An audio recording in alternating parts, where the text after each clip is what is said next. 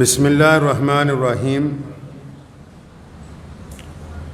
شروع اللہ کے نام سے جو بڑا مہربان اور نہایت ہی رحم کرنے والا ہے۔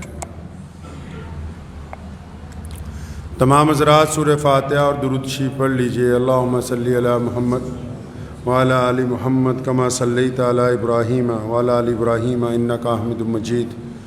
اللہم بارک علی محمد وعلی آل محمد کما بارکت علی ابراہیم وعلی آل ابراہیم انک حمید مجید۔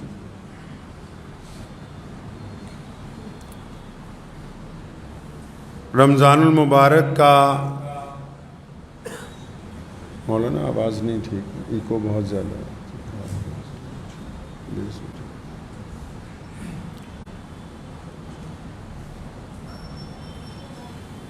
رمضان المبارک کا آج پہلا روزہ ہے اور پہلا ہی جمعہ ہے۔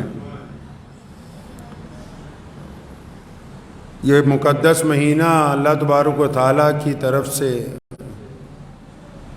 پوری دنیا کے انسانوں کو بالخصوص مسلمانوں کو عطا فرمایا گیا۔ ہمارے پیارے نبی حضرت محمد رسول اللہ صلی اللہ تعالیٰ علیہ وسلم جب مدینہ منورہ تشریف لے گئے تو پیارے پیغمبر جناب حضرت محمد رسول اللہ صلی اللہ علیہ وسلم کی بدولت، ان کے صدقہ طفیل امت کو دو بڑی نعمتیں اللہ تعالیٰ نے عطا فرمائی۔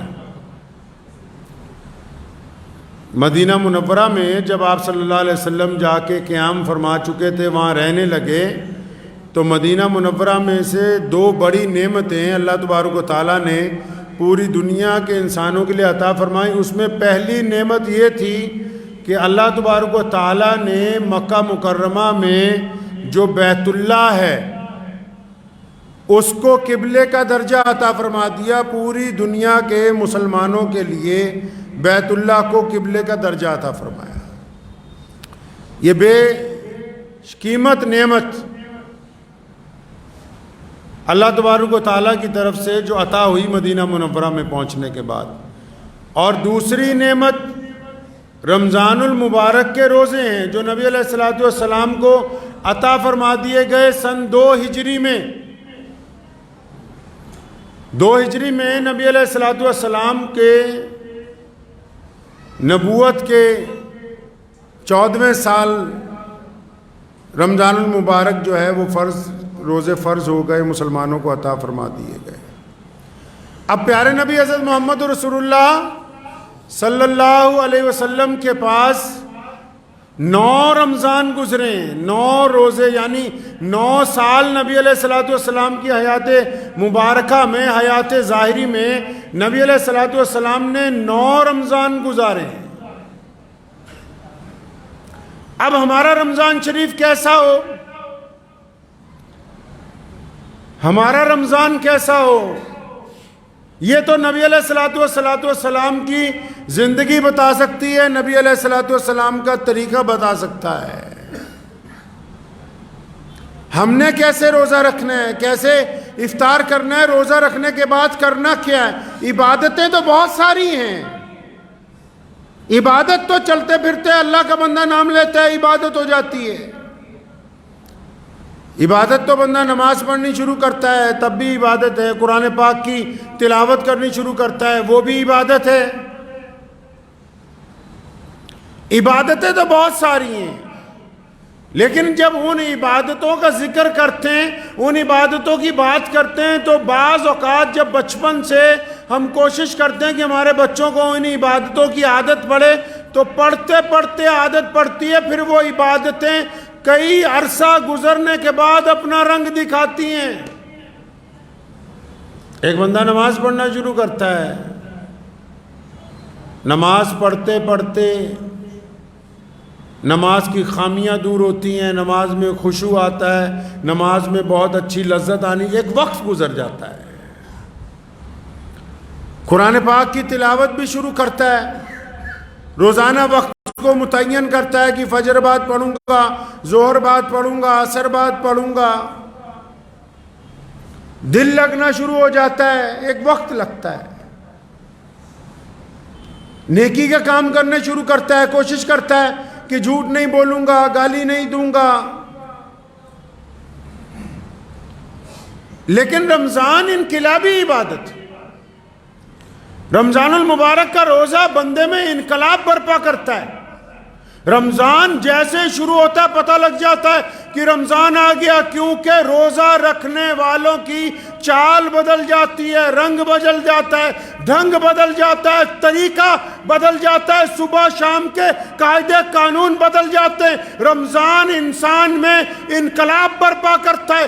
اگر کسی بندے میں رمضان کے روزے آنے پر بھی اس کی طبیعت میں کوئی تبدیلی نہیں آئی تو اس کا مطلب ابھی اس نے رمضان کو پایا نہیں. جنہوں نے رمضان کو پا لیا ان کی طبیعت میں انقلاب برپا ہو چکا ہے. کیونکہ روزہ تو جیسے ہی شروع ہوتا ہے یہ روزہ رکھنے والے کی طبیعت کو بدلتا ہے، ان کے طریقے کو بدلتا ہے.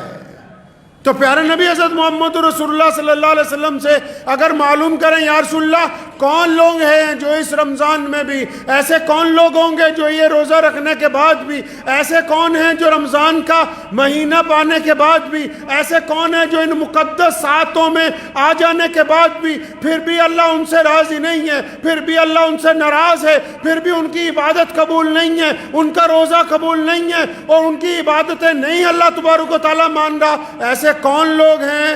تو حدیث پاک میں آتا ہے ہاں ایسے بھی ہیں، 4 لوگ ایسے ہیں، 4 لوگ ہیں ایسے جن کی عبادت قبول نہیں ہوتی. مردوں میں بھی ہیں، وہ عورتوں میں بھی ہیں. 4 ایسے ہیں بد نصیب جو روزہ رکھنے کے بعد بھی ایسے ہیں جیسے بھوکے ہی ہیں. ایسے 4 ہیں جن کی اللہ تبارک و تعالیٰ کو بھوکا رہنا بھی پسند نہیں آیا. ایسے 4 ہیں جو روزہ رکھ کے بھی سجدہ کرتے ہیں، خدا کو وہ سجدہ قبول نہیں ہے. ایسے 4 ہیں جو لوگوں کو صدقہ خیرات بانٹتے پھر رہے ہیں، پھر بھی ان کی یہ ادا اللہ کو بھا نہیں رہی.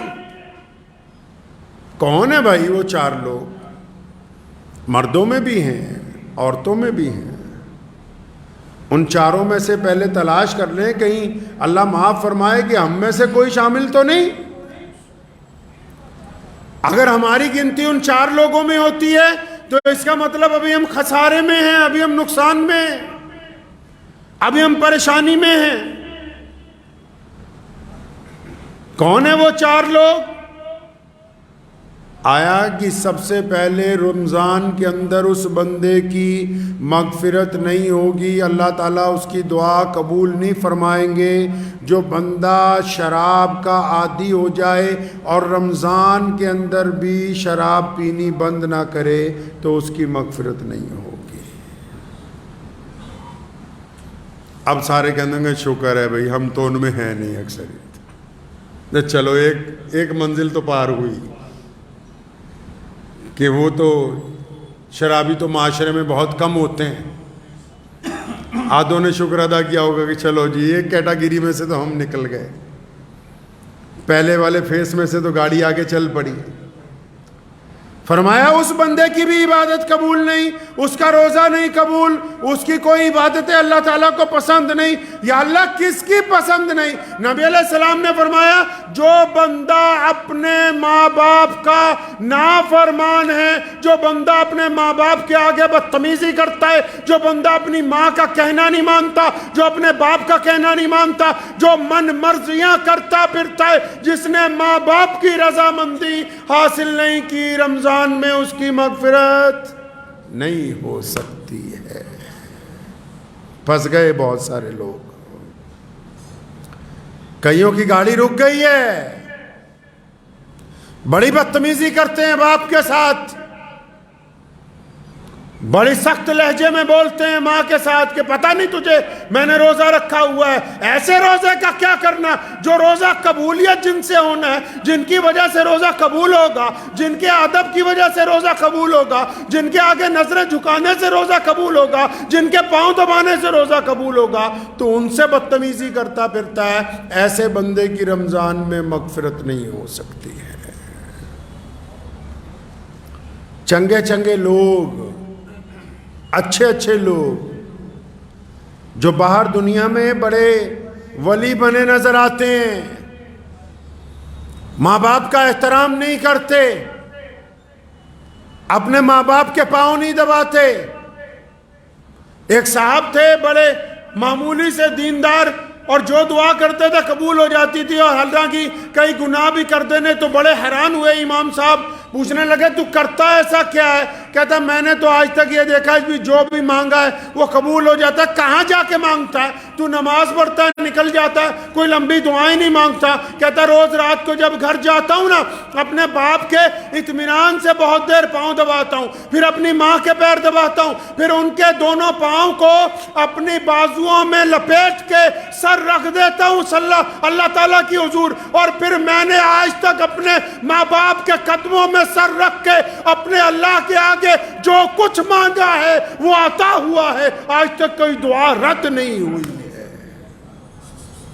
خود پیارے پیغمبر کہیے صلی اللہ علیہ وسلم نے فرمایا کہ اگر میری امی زندہ ہوتی اور بلال تکبیر کہتے میں نماز کے لیے چلا جاتا، مصلی پہ کھڑا ہو جاتا، اور فرمایا میری والدہ آواز مارتی محمد، تو فرمایا میں نماز چھوڑ کے اپنی ماں کے پاس جاتا۔ اب جو لوگ اس گناہ میں ملوث ہیں، رمضان میں بھی کتنا خوبصورت موقع ہے، کتنے پیارے دن ہیں، کتنی پیاری راتیں، کتنا پیارا ساتھ ہے۔ اور اب تو اللہ تعالیٰ نے کتنی آسانی کروا دی کہ یہی جو واٹس ایپ ہے، یہی جو آپ کے ہاتھ میں موبائل پکڑا ہوا ہے، اگر ماں باپ دور بھی ہیں تو معافی کے چند جملے ندامت کے آنسوؤں کے ساتھ واٹس ایپ پہ ریکارڈ کر کے بھیجنے ہیں، چند باتیں فون پہ اپنی ماں سے کرنی ہے، اپنے باپ سے کرنی ہے۔ اور ماں باپ میں اللہ نے مادہ رکھا ہے معاف کرنے کا، اگر روزے دار اپنے والدین کو راضی کر لے گا تو پھر اللہ تبارک و تعالیٰ اس کا روزہ قبول کر لیں گے انشاءاللہ۔ اور جنہوں نے ماں باپ کو ستایا بہت ہے نا، اور ماں باپ چلے گئے دنیا میں سے، بڑی بدتمیزیاں کی ماں باپ کے ساتھ، روزانہ ہر ایک نماز کے بعد، روزانہ صبح کو، دوپہر کو، شام کو، افطار کے وقت، سحری کے وقت کثرت سے اپنے ماں باپ کے لیے مغفرت کی دعائیں مانگیں، کثرت سے اپنے ماں باپ کے لیے قرآن پاک پڑھ کے ان کو اصالہ ثواب کریں، تب بھی اللہ تبارک و تعالیٰ راضی ہو جائیں گے جب آپ بار بار اپنے ماں باپ کی مغفرت کی دعائیں مانگیں گے۔ بغیر ماں باپ کی رضامندی کے یہ روزہ آگے چلنے والا ہے نہیں ہے۔ اب تیسرا بندہ بھی ہے بھائی، تیسرا بندہ بھی ہے جس کا کام پھنسا ہوا ہے۔ ایک اور ہے جس کا روزہ قبول نہیں ہو رہا۔ کون ہے بھائی تیسرا بندہ؟ کون پھنس گیا؟ اب تیسرا بندہ وہ ہے جو رشتہ داریوں میں درار ڈالتا ہے، جو صبح شام رشتہ داریاں توڑتا ہے، جو رشتہ داروں کو دھمکیاں دیتا ہے، جو قطع رحمی کرتا ہے، جن کو اللہ اور اس کے رسول صلی اللہ علیہ وسلم نے آپ کے قرابت دار بنایا ہو۔ صبح شام صرف انہی کی برائیاں، صبح شام ایک رشتہ دار کو دوسرے رشتہ دار سے لڑاتا ہے، صبح شام اپنے پاس سے ایک خواب بناتا ہے کہ وہ رشتہ دار میرے خلاف ایسا کر رہا ہوگا، پھر دوسرے کو بتاتا ہے کہ اس کے خلاف یہ کرو۔ یہ سارا دن روزہ رکھتا رہے، نماز بڑھتا رہے، صدقے دیتا رہے، جب تک قطع رحمی کے معاملے کے اندر رسول اللہ کی پیروی اختیار نہیں کرتا، رشتہ داروں میں درار ڈالنی بند نہیں کرتا، تب تک اس کا روزہ قبول ہونے والا ہے نہیں ہے۔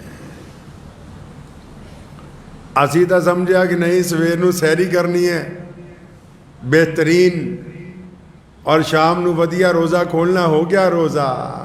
بڑی مشکل ہے ڈگر پن گھٹ کی، اتنا آسان بھی نہیں ہے مسلمان ہونا۔ اعلیٰ ترین قوم ہے دنیا کی، اسلام آج دنیا کا سب سے بڑا مذہب ہے۔ کائنات میں اللہ تعالیٰ نے سب سے زیادہ عزتیں، طاقتیں، دولت، روئے زمین کے خطے، سب کچھ اس قوم کو عطا فرمایا۔ ایسے ہی نہیں عطا فرمایا، اللہ تعالیٰ نے اپنے پیارے نبی حضرت محمد رسول اللہ کو صاحب خلق عظیم بنایا۔ قرآن نے کہا کہ یا رسول اللہ آپ اخلاق میں سب سے اعلیٰ ہیں، اور پھر رسول اللہ نے اپنے اخلاق کو بانٹا پوری کائنات کے اندر۔ یہ امت اعلیٰ ترین امت اس لیے بنی کیونکہ ان کا کردار سب سے اعلیٰ ہے، اس لیے اللہ تبارک و تعالیٰ نے ان کو پسند فرمایا ہے۔ چوتھا بندہ بھی ہے چوتھا تو بہت برا پھنسا ہوا ہے، کئیوں کی گاڑی وہیں رکی ہوئی ہے۔ چوتھا بھی ہے جس کا روزہ خراب ہو رہا ہے، جس کے روزے کے اندر خرابی ہے، جس کی مغفرت کا فیصلہ نہیں ہونے والا، جس کے سجدے قبول نہیں ہو رہے۔ چوتھا کون ہے یا اللہ؟ اللہ کے نبی صلی اللہ علیہ وسلم بتاتے ہیں چوتھا کون ہے یا رسول اللہ؟ کون ہے ایسا بندہ؟ ایک تو ماں باپ کا نافرمان ہے، ایک رشتہ داریاں توڑنے والا بھی ہے، قطع رحمی کرنے والا بھی ہے، شراب پینے والا بھی ہے۔ اب یہ چوتھا کون پھنس گیا؟ اچھے اچھے نمازی ہیں جو اس میں شامل ہیں۔ فرمایا چوتھا بندہ وہ ہے جو اپنے دل کے اندر دوسروں کے لیے بغض رکھتا ہے، نفرت رکھتا ہے، کینہ رکھتا ہے، دوسروں کے لیے بلا وجہ نفرت دل میں رکھتا ہے۔ اب یہ نفرت رکھ کے سجدہ کر رہا ہے۔ اگر میری جیب میں، عام مثال دے رہا ہوں میں، یہ کوئی قرآن حدیث میں نہیں ہے، اگر میری اوپر والی جیب میں پیسے ہوں، زیادہ سجدہ کروں گا گر جائیں گے۔ اگر اوپر والی جیب میں نعوذ باللہ کوئی نشے کی چیز ہو تو سجدہ کروں گا وہی گرے نا نیچے۔ کیا ہے اس دل کے اندر جو سجدہ کرتے ہو؟ فرمایا بغض رکھتے ہو دوسروں سے۔ دونوں صورتوں میں، چغلی کو، غیبت کو، بہتان کو ایک ہی کیٹیگری میں محمد رسول اللہ نے رکھا۔ مان لیا کہ وہ بندہ شرابی ہے، مان لیا کہ اس بندے میں خرابی ہے، مان لیا چور ہے، ڈاکو ہے، عیاش ہے، بدماش ہے، لیکن اگر یہ بات تم اس کے منہ پہ کہتے اس کو برا لگتا کہ نہیں لگتا؟ برا لگتا، وہ تم سے لڑ پڑتا۔ تم منہ پہ اس لیے نہیں کہتے کہ منہ پہ کہوں گا تو یہ لڑ پڑے گا۔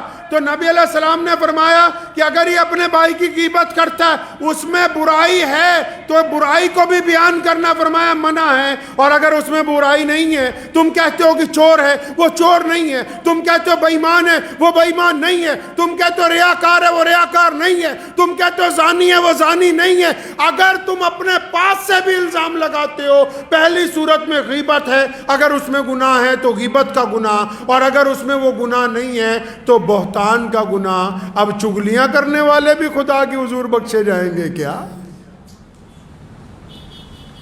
اب بے ایمانیاں کرنے والے بھی روزے میں بخشے جائیں گے کیا؟ جن کے دل غیبت سے بھرے ہوئے ہوں، جو گھروں کے اندر اپنے گھروں میں اپنے بچوں کے ساتھ نفرت رکھتے ہوں، جو مسجد میں آتے ہوں پھر بھی پردھان جی کے چکر میں ایک دوسرے کی ٹانگ کھینچنے کی فکر میں رہتے ہوں، جو یہ سوچتے ہوں کہ فلاں کی خامی کیسے نکالیں، جو 24 گھنٹے اسی چکر میں، اب کسی گھر میں کوئی بہو ہے، کسی کی بیٹی بہو بن کے آ گئی، ہماری کہیں چلی گئی، ہم کہتے ہیں داماد اچھا ہو جائے لیکن ہمارا بیٹا اچھا نہ بنے اپنی بیوی کے لیے۔ داماد اچھا چاہیے، اپنا بیٹا اچھا نہیں ہو تمہاری بیوی کے لیے۔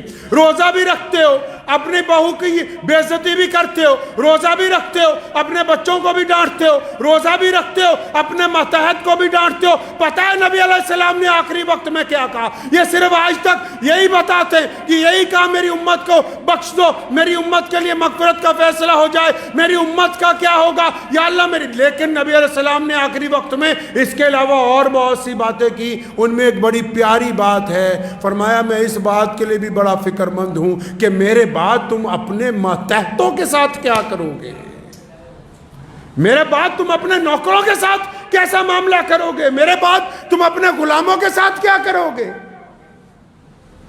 جس نبی علیہ السلام نے زندگی میں ظاہری پردہ فرمانے کے وقت بھی اس بات کی فکر کی ہو کہ میرے بعد ماتحتوں کا کیا ہوگا، نوکروں کا کیا ہوگا، ملازموں کا کیا ہوگا، غریبوں کا کیا ہوگا، مسکینوں کا کیا ہوگا، پھر اس امت پر روزے فرض کر دیے گئے ہوں، ان فرض روزوں میں روزے دار بندہ اپنے گھر کے اندر ہی ایک بغض رکھتا ہو اپنے ہی دوستوں کے لیے، اپنے ماں باپ کے لیے، اپنی بیوی کے لیے، اپنے بھائی کے لیے، اپنے عزیز و اقارب کے لیے، اپنے نماز کے ساتھیوں کے لیے، پھر یہ سوچتا ہے کہ میرا روزہ ہو گیا۔ روزہ ہوا نہیں ہے، روزہ نہیں ہوا۔ روزہ تو برائیوں کو جلانے کا نام ہے، روزہ تو برائیوں کو ختم کرنے کا نام ہے۔ اچھا روزہ رکھنا چاہتے ہیں آپ؟ چاہتے ہیں کہ بہت خوبصورت روزہ ہو؟ روزے دار کو تو غصہ نہیں آتا، روزے دار کو غصہ نہیں آتا، اور جب وہ غصہ آتا ہے، یہ کون کہتا ہے نہیں آتا؟ ارے آتا ہے غصہ، لیکن روزے دار غصے کا اظہار نہیں کرتا، روزے دار غصہ آنے کے بعد گالی نہیں دیتا، روزے دار غصہ آنے کے بعد غصے کو ضبط کر لیتا ہے، روزے دار غصہ آنے کے بعد ناراضگی کا اظہار نہیں کرتا۔ مطلب روزے دار کو غصہ تو آتا ہے لیکن یہ دوسرے کو غصے کا بتاتا نہیں ہے، کیونکہ یہ روزے دار ہے۔ روزے دار کا عمل اور اس کا کردار اچھا، روزہ رکھنا چاہتے ہیں ماں باپ کی اطاعت کیجئے۔ ماں باپ کہہ رہے ہیں بیٹا جلدی گھر آ جاؤ، کہہ نہیں ہم تو دیر سے آئیں گے۔ ماں باپ کہہ رہے ہیں فلاں کے ساتھ ملنا جلنا کم کر دو، نہیں ابا تمہیں نہیں پتہ ہے۔ ماں باپ نے تمہارے اندر کچھ خرابیاں دیکھی، ان کی اصلاح کرتے ہیں، تم کہتے ہو کہ نہیں آپ کو عقل نہیں ہے۔ اگر آپ اچھا روزہ رکھنا چاہتے ہیں تو اپنے ماں باپ کی اطاعت کریں، اگر آپ اچھا روزہ رکھنا چاہتے ہیں تو تمام طرح کے نشے چھوڑنے کا عہد کریں اس رمضان المبارک میں۔ اگر آپ روزہ اچھا رکھنا چاہتے ہیں تو پھر سارا دن صرف اگر 5 نمازیں آپ جماعت سے پڑھ رہے ہیں، ان نمازوں کے بعد اگر وقت نہیں نہ مل رہا بہت زیادہ تلاوت کا، وقت نہیں مل رہا نا تسبیح کرنے کا، لیکن اگر آپ کاروبار میں برابر تولیں گے تو آپ کا روزہ اچھا گزرے گا۔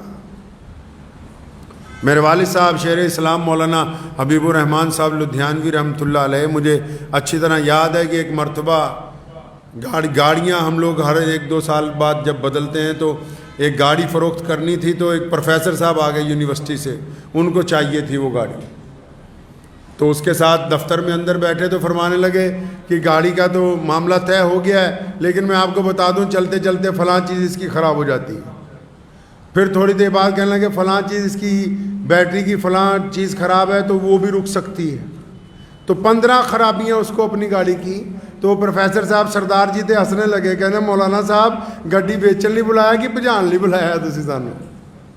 فرمایا نہیں، اس لیے بتا رہے ہیں تاکہ کل کو جب آپ یہ سامان لے جائیں، جب آپ یہ سامان لے جائیں گے اپنے گھر اور اس کی خرابیاں آشکار ہوں گی، یہ تو نہیں ہے کہ اس کی خرابیاں آپ کو پتہ نہیں لگیں گی، پھر آپ کہیں گے کہ ایک مسلمان نے جھوٹ بول دیا، ایک امام نے جھوٹ بول دیا۔ پیارا نبی حضرت محمد رسول اللہ صلی اللہ علیہ وسلم نے ہمیں یہ طریقہ عطا فرمایا ہے کہ ہم مجبوریوں کا کاروبار نہیں کرتے، ہم جھوٹ کا کاروبار نہیں کرتے، ہم بے ایمانی کا کاروبار نہیں کرتے، ہم ٹھگی کا کاروبار نہیں کرتے، ہم کم کھا لیں گے لیکن عزت کی روٹی کھائیں گے، بے ایمانی کا کاروبار نہیں کیا جا سکتا۔ رمضان کا روزہ اپنے روزے دار کو اسی بات کا پابند کرتا ہے، بار بار چیز میں کوئی خرابی ہے بتا دو کیا ہو گیا، 2 روپے کم ملیں گے، لیکن ان 2 روپے میں اتنی طاقت ہے کہ اللہ تعالیٰ اس کو 200 کروڑ میں تبدیل کر سکتے ہیں۔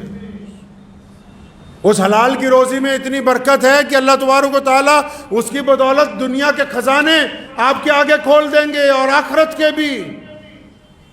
روزے دار بے ایمان نہیں ہوتا، روزے دار کی آنکھیں زنا نہیں کرتی، روزے دار کے خیالات گناہ نہیں کرتے، روزے دار کا لب و لہجہ غصے کا نہیں ہوتا۔ لیکن آپ لوگ دیکھیں کہ مسجدوں میں بعض اوقات جب رمضان شریف میں بعض حضرات ہوتے ہیں دیندار لوگوں کے پیچھے پڑے ہوئے ہوتے ہیں، اور دیندار لوگ بھی کیونکہ نئے نئے دیندار بنتے ہیں تو ذرا سا کوئی اگر ٹھوکر مار دے فوراً کہیں گے نا بھائی میں تو اللہ کے لیے کر رہا تھا، تو چاہتا تو آج سے نہیں کرتا میں۔ نبی علیہ السلام نے فرمایا دین کے معاملے میں اگر کوئی ملامت کرے آپ کو تو اس کو برداشت کرو، اپنا کام نہ چھوڑو۔ دنیا تو چاہتی ہے کہ آپ نیکی کے راستے سے ہٹ جائیں، دنیا چاہتی ہے کہ آپ اچھائی کے راستے سے ہٹ جائیں، لیکن اگر کوئی آپ کی برائی بھی کرے تو پوری طاقت کے ساتھ نیکی کی طرف آگے بڑھو۔ برائی کرنے والے پیچھے رہ جائیں گے، اللہ تعالیٰ آپ کو نیکی کی بدولت آگے لے کے جائیں گے انشاءاللہ تعالیٰ۔ اور لیکن جو لوگ روزہ رکھنے کے بعد غیبت کرتے ہیں، روزہ رکھنے کے بعد چغلی کرتے ہیں، روزہ رکھنے کے بعد کسی کی بیٹی کی طرف غلط نگاہ سے دیکھتے ہیں، روزہ رکھنے کے بعد ٹھگی کا پلان بناتے ہیں، روزہ رکھنے کے بعد بے ایمانی کرتے ہیں، روزہ رکھنے کے بعد گھروں میں اپنی بہنوں کو، بیٹیوں کو، بہوؤں کو تانے مارتے ہیں، روزہ رکھنے کے بعد گھر کی اگر عورتوں کو بھی کہتا ہوں، بیٹیوں کو بھی، بہنوں کو بھی، اور جنیاں مرضی تسبیحاں کرتے رہو، جب تک لوکاں دا دل دکھانا بند نہیں کرو گے کوئی تسبیح قبول نہیں ہوگی، کوئی تسبیح قبول نہیں ہے۔ دوسرے کے دل میں آگ لگانے کے بعد وَيْلٌ لِكُلِّ هُمَزَةٍ لُمَزَةٍ، فرمایا ویل اور تباہی ہے اس بندے کے لیے، اس عورت کے لیے، اس مرد کے لیے، اس بوڑھے کے لیے، اس بوڑھیا کے لیے، ان کے لیے تباہی ہے۔ کس کے لیے تباہی ہے یا اللہ؟ فرمایا جو دوسروں کے عیب ڈھونڈتے پھرتے ہیں، پھر ان عیبوں کو آگے سپلائی کرتے۔ نار اللہ الموقدہ، اللہ فرماتے ہیں کہ خود ایک آگ جلائیں گے، اس میں ان کا رگڑا لگائیں گے ہم۔ روزہ رکھتے ہیں تو لوگوں کے دلوں کو تکلیف نہ پہنچائیں۔ اور نبی علیہ السلام کا روزہ کیسا ہوتا تھا؟ اس بات کو اب تلاش کر لیں۔ مجھے پتا ہے کہ آج بھارت کے مسلمانوں میں گھر گھر میں ہم لوگ مفتی بنے ہوئے ہیں، لیکن حضرت کبھی رمضان میں یہ بھی کوشش کر لیں کہ رسول اللہ صلی اللہ علیہ وسلم کس وقت اٹھتے تھے، کس وقت تسبیح پڑھتے تھے، کس وقت سحری کرتے تھے، سارا دن معمولات کیا تھے۔ پوچھو جا کے اپنی مسجد کا ائمہ کو، تاکہ پتہ لگے رمضان چلنا کیسے ہے، رمضان گزارنا کیسے ہے۔ ہماری افطاریاں دیکھ لیجئے، آپ افطاریاں دیکھ لیں ہماری۔ شام کو جب روزہ کھلنے کا وقت ہوگا، خدا کی قسم اتنا سامان ہماری افطاری میں ہوتا ہے، کوئی باہر کا آدمی دیکھ لے تو حیران رہ جائے کہ یہ کیا کرتے ہیں۔ بہترین قسم کے کھانے، بہترین قسم کے پکوڑے، طرح طرح کی حلوے، طرح طرح کی میٹھی کھیریں، طرح طرح کی کھجوریں، طرح طرح کے پھل، طرح طرح کے شربت، طرح طرح کی کولگیٹ اور طرح طرح کی کیا کہتے ہیں اس کو، کولڈ ڈرنک۔ ہمارے پیارے نبی صلی اللہ علیہ وسلم نے روزہ کیسے کھولا؟ جتنی تیزی سے نگاہ لگائی ہے نا دسترخوان پہ، جس بوٹی پر تمہاری نگاہ ہے، اس وقت مومن بنو گے جب اس کو اٹھا کے اپنے بھائی کو دو گے، کیونکہ رسول اللہ نے فرمایا جو اپنے لیے بہتر سمجھتے ہو وہ اپنے بھائی کے لیے سمجھو، تب تمہارا ایمان کامل ہونے والا ہے۔ تو پیارے نبی علیہ السلام کے پاس افطاری کے وقت کیا ہے بھائی؟ سونے کول کی ہے افطاری دے ٹائم۔ نبی علیہ السلام نے افطاری کیسے کی ہے؟ بعض اوقات بہت زیادہ کھانے جب دسترخوان پہ دیکھتے ہیں تو کبھی اپنے پیارے نبی علیہ السلام کو بھی یاد کیا کریں۔ سیدنا فاطمہ الزہرا رضی اللہ تعالی عنہا، حضرت علی رضی اللہ تعالیٰ عنہ کی زوجہ، مولا علی رضی اللہ تعالیٰ عنہ کو کئی دن بعد مزدوری ملی، 4 یا 5 دن کا فاقہ لگاتار، 3 4 5 دن گزر گئے، چوتھے دن مزدوری ملی ہے، اور مزدوری کے بعد جو آٹا آیا اس کی روٹیاں بنی، حضرت مولا علی رضی اللہ تعالیٰ عنہ کو دی گئی، حسن و حسین کو دی گئی۔ سیدنا فاطمہ الزہرا نے اپنے حصے کی آدھی روٹی ایک کپڑے کے اندر لپیٹی، اس پر ایک ٹکڑا رکھا سالن کا، اور حضرت علی رضی اللہ تعالیٰ عنہ کو لپیٹ کے دی۔ پوچھا فاطمہ یہ کیا کرنی ہے؟ فرمایا علی جاؤ نا میرے ابا محمد رسول اللہ کو دے کے آؤ، میرے نبی علیہ السلام کا آج 5 دن سے فاقہ ہے، نبی علیہ السلام نے 5 دن سے کھانا نہیں کھایا ہے۔ اتنی لمبی افطاریاں اگر یہ غریبوں تک پہنچا دی جائیں تو رسول اللہ صلی اللہ علیہ وسلم اس امتی پر فخر کریں گے قیامت کے روز۔ آؤ رسول اللہ کی افطاری دیکھتے ہیں۔ افطار کا وقت ہوتا ہے، محمد رسول اللہ مسجد نبوی میں ہے یا محمد رسول اللہ اپنے گھر کے حجرہ مبارک میں ہے، ایک بندہ چھت پہ کھڑا ہے سورج کو دیکھنے کے لیے کہ جیسے ہی یہ غروب ہو جائے بتا دیا جائے رسول اللہ کے ہاتھ میں ایک کھجور ہے، نبی علیہ السلام کے ہاتھ میں ایک کھجور ہے، یا کبھی ایک ہے یا ایک سے زیادہ کچھ ہیں۔ آپ صلی اللہ علیہ وسلم کھجور کھاتے ہیں، پانی پیتے ہیں، روزہ کھل جاتا ہے، نماز کی تیاری ہو جاتی ہے، تے اسی تا ماشاءاللہ افطاری چ کھائی نہ لینے عشاء ویلے اٹھیا ہی نہیں جاتا، اٹھیا ہی نہیں جاتا عشاء چ۔ کبھی دودھ سے روزہ کھولا، نبی علیہ السلام کو پسند نہیں تھا کہ دسترخوان کے اوپر آگ سے بنی ہوئی چیزیں آئیں۔ افطاری کے دسترخوان پر نبی علیہ السلام نے آگ سے بنی ہوئی کوئی چیز کبھی تناول نہیں فرمائی، اور نبی علیہ السلام نے کبھی باسی کھانا نہیں کھایا، صرف ایک مرتبہ باسی روٹی کھائی فتح مکہ کی رات کو ام ہانی رضی اللہ تعالیٰ عنہ کے گھر، ورنہ فاقے سے رہتے تھے یا پھر تازہ کھانا کھاتے تھے، نبی علیہ السلام نے باسی کھانا نہیں کھایا۔ تو اس بات کو طے کر لیں کہ یہ رمضان خوبصورتی سے گزارنا ہے، گزاریں گے انشاءاللہ۔ خوبصورتی کہاں ہوتی ہے پتہ ہے؟ کئی کریمہ ملنڈے منہ تے ایدہ نہیں خوبصورت ہونا. چہرہ خوبصورت کرنا چاہتے ہیں؟ ایک صاحب میرے اپنے دادا مرحوم حضرت مولانا مفتی محمد احمد لدھیانوی رحمۃ اللہ علیہ کا واقعہ یاد آ گیا.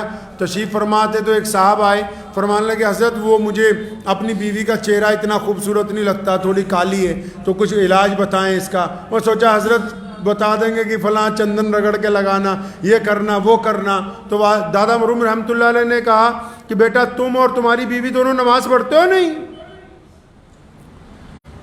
نماز کی پابندی کریں اور اپنی زبان کو شکوے سے روک لو بس. آپ یقین مانیں کہ وہ بندہ 15-20 دن بعد آیا, کہنے لگا نماز کی برکت سے اب میری اہلیہ کے چہرے پر کشش ہے, اب اس کے چہرے پر نور ہے. بندہ جتنی مرضی سرخی پاؤڈر لگا لے, جب تک دل گندا رہے گا, جب تک عبادت میں یہ دل جھکے گا نہیں, جب تک کوڑا کرکٹ اس میں سے نکلے گا نہیں, جب تک من پاک نہیں ہوگا, چہرے پر تسلی آ نہیں سکتی ہے. رنگ میں کچھ نہیں رکھا, اللہ تبارک و تعالیٰ نے دلوں کے نور چہروں کے اوپر عطا فرمائے. اس دل کو پاک کر لیجئے, چہرہ منور ہو جائے گا انشاءاللہ تعالی. تو یہ روزہ گزاریں گے انشاءاللہ اچھی طرح گزارنا ہے. دھیان رکھنا ہے ان لوگوں کا جو آس پاس غریب ہیں. ہم محمد رسول اللہ کی امت میں سے ہیں, ہم بانٹنے والے ہیں, مانگنے والے نہیں ہیں. رسول اللہ صلی اللہ علیہ وسلم نے بانٹنے کا حکم دیا, رمضان میں تو تیزی سے بانٹنے کا حکم دیا. اور صرف پیسے ہی نہیں بانٹنے, ہم نے خوشیاں بھی بانٹنی ہیں, ہم نے آنسو بھی پہنچنے ہیں, ہم نے غریبوں کا ساتھ بھی دینا ہے, ہم نے رسوا لوگوں کو عزت عطا کرنی ہے, اور ہم نے ناراضوں کے ساتھ مصافحہ کر کے ان کو گلے سے لگانا ہے. صرف پیسے ہی نہیں بلکہ چاروں طرف خوشیاں بھی بانٹنی. یہی رمضان المبارک ہم نے سکھانے کے لیے آیا ہے. تو دعا کیجئے انشاءاللہ تعالی. رمضان المبارک کے کچھ بہترین واقعات ذہن میں تھے نبی علیہ الصلوۃ والسلام کی سحری کے افطاری کے, تو انشاءاللہ تبارک و تعالی اللہ نے چاہا تو آئندہ جمعے وہ آپ سے بات ہوگی. اور میں امید کرتا ہوں کہ ہم سب مسلمان بھائی بہن اس رمضان میں پابندی کے ساتھ جب روزہ رکھیں گے, روزہ رکھنے کے بعد کسی کے دل کو تکلیف نہیں پہنچائیں گے. انشاءاللہ حلال روزی سے روزہ کھولیں گے, خود بھی کھائیں گے, دوسروں کو بھی کھلائیں گے, اور نماز تراویح کو اطمینان کے ساتھ ادا کریں گے. اور ہمارا رب جب ہم سے راضی ہو جائے گا تو امید ہے کہ جس طرح ہم دنیا میں ملتے ہیں انشاءاللہ تعالی جنت کے اندر بھی آپس میں ملاقات ہوتی رہے گی. وآخر دعوانا ان الحمدللہ رب العالمین.